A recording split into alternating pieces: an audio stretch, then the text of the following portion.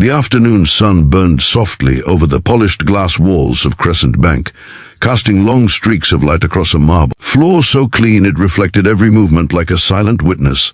And in that calm, almost sacred silence, a single voice trembled not with fear but with quiet determination as Samira Qureshi stepped forward and asked with simple hope just to see her balance, unaware that in a matter of moments, her life and the life of the man who mocked her would change forever. People paused, the air stiffened, and a cruel ripple of laughter escaped from a man who believed wealth made him untouchable, never imagining that the screen in front of them would expose a truth more powerful than his fortune, a truth woven from years of silent sacrifice, endless struggle, and a heart that refused to harden no matter how cold the world had been to her. If you believe in kindness, second chances, and the power of quiet strength to rise above humiliation, then take a moment to like, comment, share, and subscribe to the channel Light of Kindness, because stories like this remind us that compassion still has a place in a world too quick to judge and too slow to understand. Samira had walked into that bank not as a woman seeking attention, but as someone carrying the weight of an entire lifetime on her tired shoulders.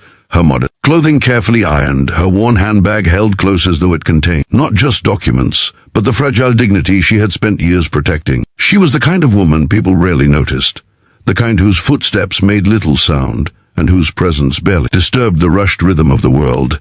Yet behind her quiet eyes lived storms of memory and oceans of resilience. She had grown up in a narrow alley where sunlight only visited briefly, raised by a mother who stitched clothes late into the night and whispered prayers every dawn, teaching Samira that hardship could shape a soul without breaking it, that struggle could carve patience but never steal hope.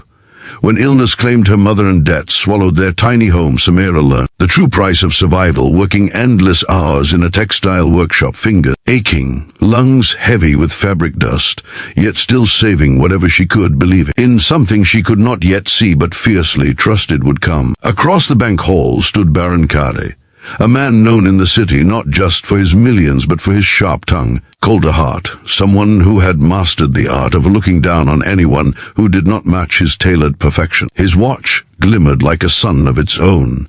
His shoes echoed with arrogance, and every glance he offered carried the weight of superiority. When Samira's request was heard, his amusement was instant, for in his world, people like her existed only as shadows beneath the towering monuments of people like him, and her calm request seemed almost foolish in the echoing grandeur of that modern palace of money. But Samira had not come to prove anything to strangers or to gain sympathy from those who could never understand. She had come because today was the day she needed to confirm that every silent sacrifice, every night of exhaustion, every moment of choosing discipline over desperation had not been in vain. Years ago, after her mother's passing, she had discovered an old envelope tucked inside a suitcase containing a letter from a distant uncle who had once spoken about investing money on her behalf, a small inheritance tied to a cooperative fund meant to grow slowly over time. The letter had been vague, the details confusing, and the process long and complicated, but Samira had clung to that slim thread of possibility,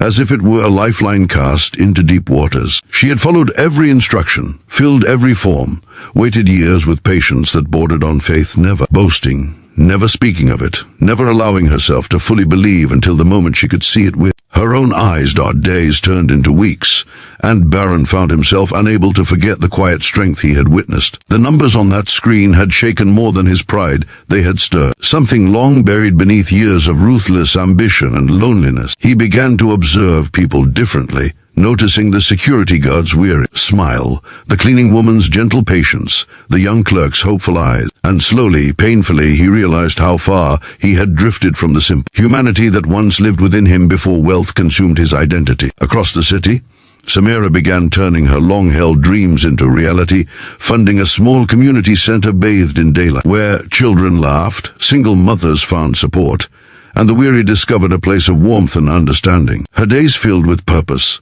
her presence a gentle light that never sought applause, and every smile she inspired felt more valuable than any number ever displayed on a screen. People began to speak her name, not as someone fortunate, but as someone kind, someone who chose generosity over pride, compassion over ego. When Baron finally gathered the courage to step into that center one bright afternoon, what he saw was not a monument of wealth, but a sanctuary of sincerity.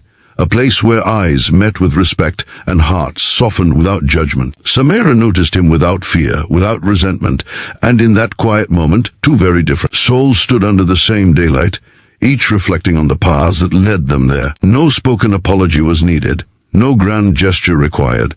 Only the unspoken understanding that humility heals what arrogance breaks, and that true power lies not in money, but in kindness. The story of Samira Qureshi soon traveled beyond city borders, not as gossip, but as inspiration, reminding countless people that dignity does not wear glamorous clothes and strength does not shout in crowded rooms, but lives quietly in those who refuse to give up even when the world laughs at their determination. And as her influence grew, so did the realization that sometimes the smallest voice carries the loudest truth, and sometimes the simplest request unmasks the deepest character. If this journey of resilience, humility, and silent courage touched something within your soul, if it made you pause, reflect, or feel even a flicker of warmth in your heart, then let your emotions flow through your support, because stories like this are reminders that humanity is not lost, only waiting to be awakened. Special request, please comment below and share your thoughts on Samira's journey and what kindness means to you in your own life. And as the daylight continued to shine over the city, painting hopes on every window and dreams on every passing face, Samira walked forward not as a woman defined by a balance on a screen, but as a symbol of second chances, gentle strength, and the quiet reminder that sometimes the ones who speak softly carry the loudest miracles.